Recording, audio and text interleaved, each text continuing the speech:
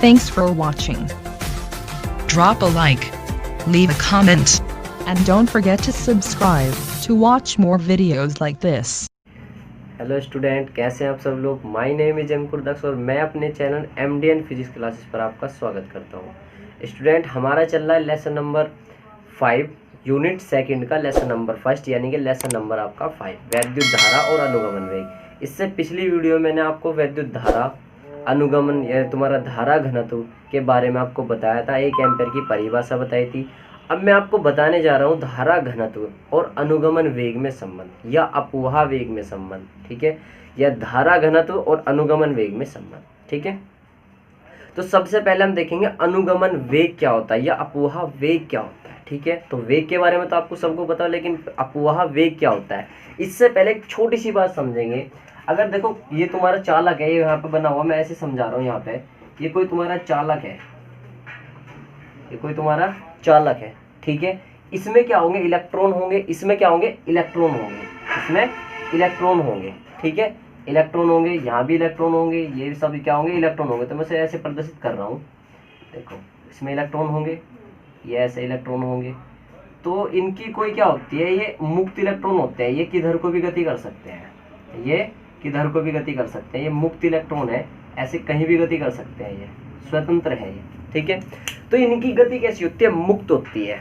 कैसी होती है इनकी गति, अनिश्चित होती है। ये क्या है, तुम्हारे मुक्त इलेक्ट्रॉन, ठीक है। ये आपको सबको पता होगा कि जो तुम्हारे इलेक्ट्रॉन होते हैं, यानी कि जो इलेक्ट्रॉन गति करते हैं, धारा चलते किसके कारण चलती है, मुक्त इलेक्ट्रॉनों के कारण। किसके कारण, मुक्त इलेक्ट्रॉनों के कारण। तो मुक्त इलेक्ट्रॉन क्या होते हैं, ये अनिश्चित वेग से गति करते रहते हैं, अनिश्चित वेग से, ठीक है। अगर इसमें मैं एक बैटरी संयोजित कर दूं, अगर इसके सिरों के बीच बैटरी लगा दी जाए, ये प्लस ये माइनस, यानी कि प्लस ये माइनस, यानी कि सिरा प्लस ये माइनस कर दूं, ठीक है। अगर इनके किसी चालक के सिरों पर बैटरी से विभवांतर आरोपित कर दिया जाए, विभवांतर आरोपित कर दिया जाए, तो अनिश्चित गति करता मुक्त इलेक्ट्रॉन, अनिश्चित गति करता मुक्त इलेक्ट्रॉन निश्चित वेग से, निश्चित औसत वेग से गति करना स्टार्ट कर देगा, प्रारंभ कर देगा, ठीक है। अगेन रिवाइज, अगर मैंने इसके सिरों के बीच, देखो आपका ये है चालक, ठीक है, मैंने इसके सिरों के बीच क्या लगा दिया, आपके बैटरी विभवांतर कर दिया, ठीक है बच्चों। ये क्या कर दी, इसके सिरों के बीच मैंने बैटरी लगा दी, ये प्लस ये माइनस। तो ये सिरा आपका प्लस हो गया, ये सिरा आपका माइनस हो गया, ठीक है। तो ये केवल समझाने के लिए था, ठीक है। मुक्त इलेक्ट्रॉन अलग अलग गति करता है जो आपका। तो देखो अगर मैं यहाँ पे आपको समझाऊँ थोड़ा सा, देखो यहाँ पे ध्यान देंगे, ये आपकी प्लस की बैटरी और ये माइनस की बैटरी, क्लियर है बच्चों। तो इसमें क्या है, इसकी ये L लंबाई का चालक है, L लंबाई का चालक है, क्षेत्रफल इसका A है, जिसका अनुप्रस्थ काट का क्षेत्रफल A है, सही है। इसके सिरों पर हमने क्या कर दी, बैटरी आरोपित कर दी, बैटरी से विभवांतर लगा दी। तो जो अनियमित गति कर रहा था इलेक्ट्रॉन, वो निश्चित दिशा में निश्चित औसत वेग से गति करना प्रारंभ कर देगा। देखियो मैं सही बना रहा हूं क्या। ये क्या हो गया, आपके इलेक्ट्रॉन गति करना प्रारंभ कर देंगे, एक निश्चित दिशा में गति कराना प्रारंभ कर देंगे, एक ही डायरेक्शन में चलने स्टार्ट हो जाएंगे, एक ही डायरेक्शन में। अब तुम ये क्वेश्चन माइंड में पुटअप करो, ये सवाल करोगे कि भैया जब प्लस का आवेश इधर लगा हुआ है, बैटरी इधर लगी हुई है, तो धारा तो प्रवाहित इधर को होगी, इसमें धारा प्रवाहित तो इधर को होगी, धारा प्रवाहित इधर को होगी, ऐसे जाके ऐसे निकल जाएगी। लेकिन इलेक्ट्रॉन आप कह रहे हो इधर को चलेंगे, बिल्कुल सही चलेंगे। देखो बिल्कुल सही बनाया, क्योंकि इलेक्ट्रॉन पर आवेश कैसा होता है, निगेटिव। इलेक्ट्रॉन पर आवेश कैसा होता है, निगेटिव। तो निगेटिव किधर को चलेंगे, पॉजिटिव की ओर। तो जिस दिशा में इलेक्ट्रॉन चलते हैं उसकी विपरीत दिशा में धारा चलती है। अगेन डिवाइड, जिस दिशा में इलेक्ट्रॉन चलते हैं उसकी विपरीत दिशा में धारा चलती है। अगर इलेक्ट्रॉन इधर को चल रहे हैं तो धारा इधर को चलेगी। नोट रखना, याद रखना, ठीक है बच्चों। तो अगला टॉपिक जो मेरा था अनुगमन वेग, क्या था, अनुगमन वेग। जो आपका अनुगमन वेग है, अनुगमन वेग या अपवाह वेग। ठीक है बच्चों, अनुगमन वेग या अपवाह वेग। अब इसे प्रेजेंट करते हैं, वेग को तो v से करते हैं, स्मॉल v से, इसके बेस में d लगा देते हैं। क्या लगा देते हैं? d, d for dog. तो क्या लगाते हैं बेस में? d लगा देते हैं। ठीक है, अब d क्यों लगा? क्योंकि अनुगमन या अपवाह वेग को बोलते हैं, अपवाह को बोलते हैं ड्रिफ्ट, ड्रिफ्ट वेलोसिटी। क्या बोलते हैं? Drift velocity. तो इंग्लिश में आपका नाम क्या है इसका? Drift velocity. ठीक है बच्चों, तो क्या है इसका? Drift velocity. क्लियर बात है। तो इसे vd से प्रेजेंट कर देते हैं हम। किससे प्रेजेंट करते हैं? vd से। तो इसके मुक्त इलेक्ट्रॉन एक vd से क्या करने लग जाएंगे? इस vd से, यानी कि मैं यहाँ से प्रेजेंट कर रहा हूँ vd वेग से इधर को चलना स्टार्ट कर देंगे। बताओ सही लिख दिया क्या? vd से प्रेजेंट कर देंगे। तो पहले अनुगमन वेग की परिभाषा रिवाइज करेंगे एक बार आराम से, कोई जल्दी नहीं है मुझे। अनुगमन वेग, अनुगमन वेग देखो यहाँ पे देखेंगे, अगेन रिवाइज। अनुगमन वेग या अपवाह वेग की परिभाषा, यदि चालक के सिरों पर, यदि चालक के सिरों पर बैटरी से विभवांतर आरोपित कर दे, चालक के सिरों पर बैटरी से क्या कर दे हमने? विभवांतर आरोपित कर दे, तो अनियमित गति करता इलेक्ट्रॉन, मैंने अभी चित्र बना के दिखाया था। ठीक है, अनियमित गति करता इलेक्ट्रॉन, अनियमित गति करता मुक्त इलेक्ट्रॉन निश्चित दिशा में, निश्चित दिशा में और निश्चित औसत वेग से गति करना प्रारंभ कर देगा।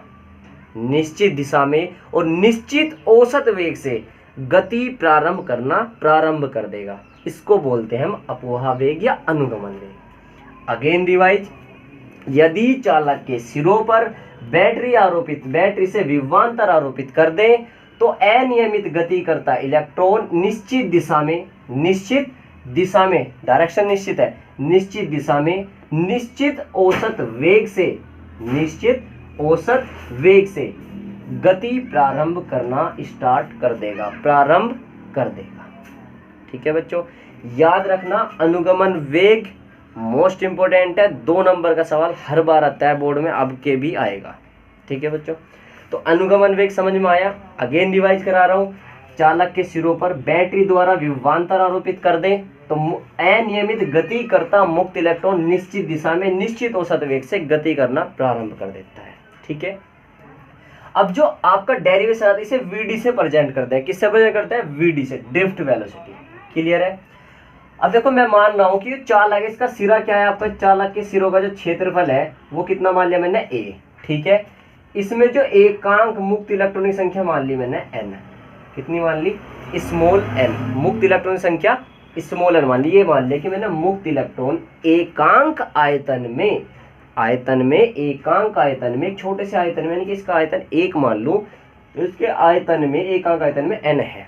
ठीक है, तो मैं यहीं पे लिख रहा हूं। देखो जो मैं अगला टॉपिक ले रहा हूं, अनुगमन वेग या अपवाह वेग, यानी कि अनुगमन वेग तथा धारा में संबंध।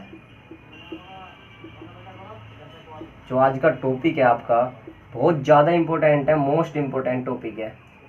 ठीक है, यानी कि अनुगमन वेग vd और धारा में संबंध। ठीक है बच्चों, तो माना क्या लिखेंगे? माना, देखो माना क्या मानना पड़ेगा?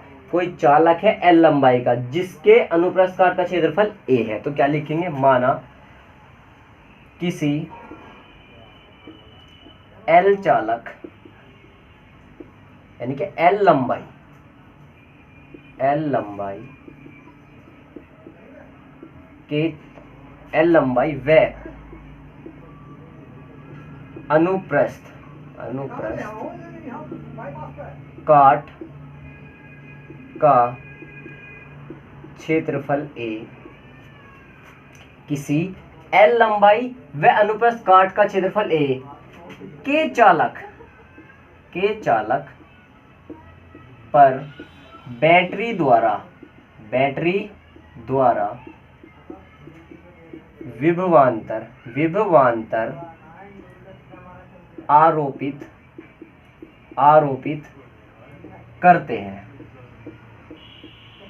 करते हैं तो, कर दिया। हमने क्या मान रखा, माना यदि ये लिखना, देखो तुम्हें माना में क्या लिखना कि L लंबाई और अनुप्रस्थ काट का क्षेत्रफल A, यानी कि एक ऐसा चालक जिसकी लंबाई L है और जिसका अनुप्रस्थ काट का क्षेत्रफल A है, उस पर बैटरी आरोपित कर दी, बैटरी से विभवांतर आरोपित कर दिया। क्लियर बात है। यदि एकांक आयतन में मुक्त इलेक्ट्रॉन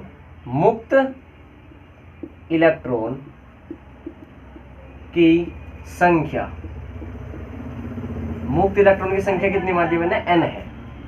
कितनी मानी बच्चों, n। ठीक है, तो यानी कि एकांक आयतन में मुक्त इलेक्ट्रॉन की संख्या n है।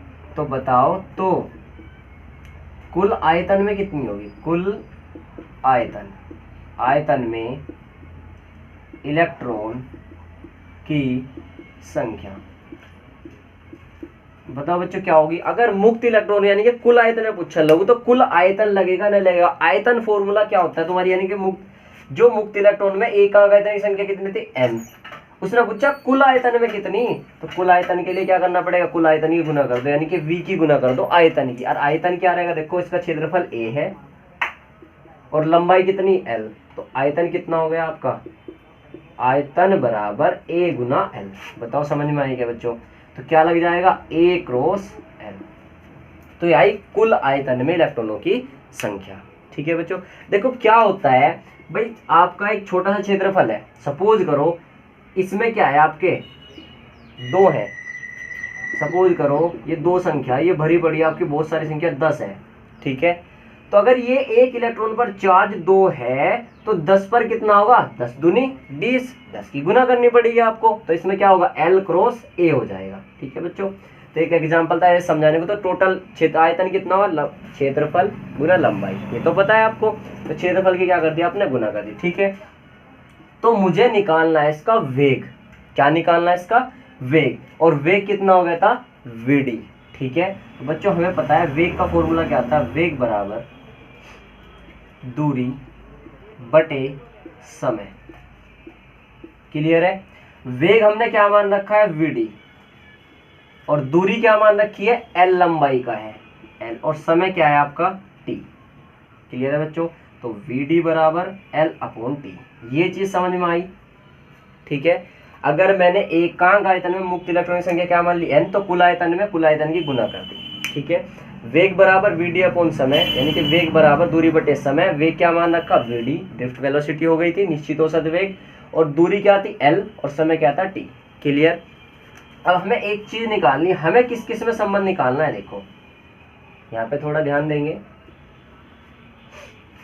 हमें किस में संबंध निकालना, अनुगमन वेग और धारा में संबंध निकालना, अनुगमन वेग और धारा में संबंध निकालना। क्लियर है बच्चों, तो हमें देखो धारा में संबंध निकालना, तो एक काम करेंगे, छोटा सा काम करेंगे।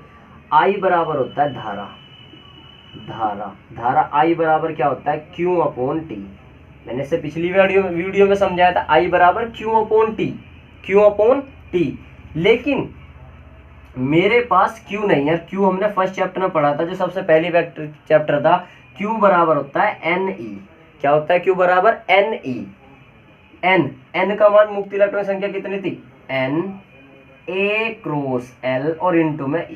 देखियो बच्चों समझ में आया क्या आपकी ये चीज, ये आया Q का मान। ठीक है, आवेश क्या होता है, Q बराबर Ne। n क्या होता है, इलेक्ट्रॉनों की संख्या, इलेक्ट्रॉनिक संख्या कितनी थी, n, A क्रॉस L और इंटू में E। सही है, ये Q का मान आ गया आपके पास। ठीक है बच्चों, तो I बराबर Q का मान उठा के यहाँ से यहाँ पे रखो, यहाँ से यहाँ पे रखोगे n, A cross L into E।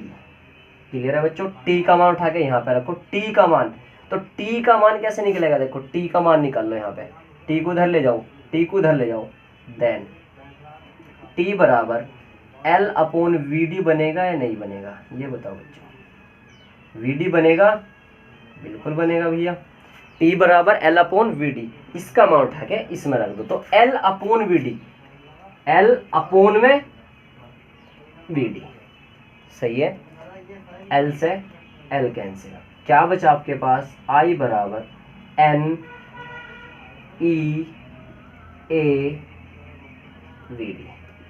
ये क्या संबंध आ गया आपके पास, धारा और अनुगमन वेग में संबंध निकल गया। ठीक है बच्चों, बहुत इजी है, आप इसका स्क्रीनशॉट ले सकते हो, आपके समझ में आ जाएगा। बहुत ज़्यादा इंपॉर्टेंट है, 2 नंबर में पूछने को आता है, ठीक है।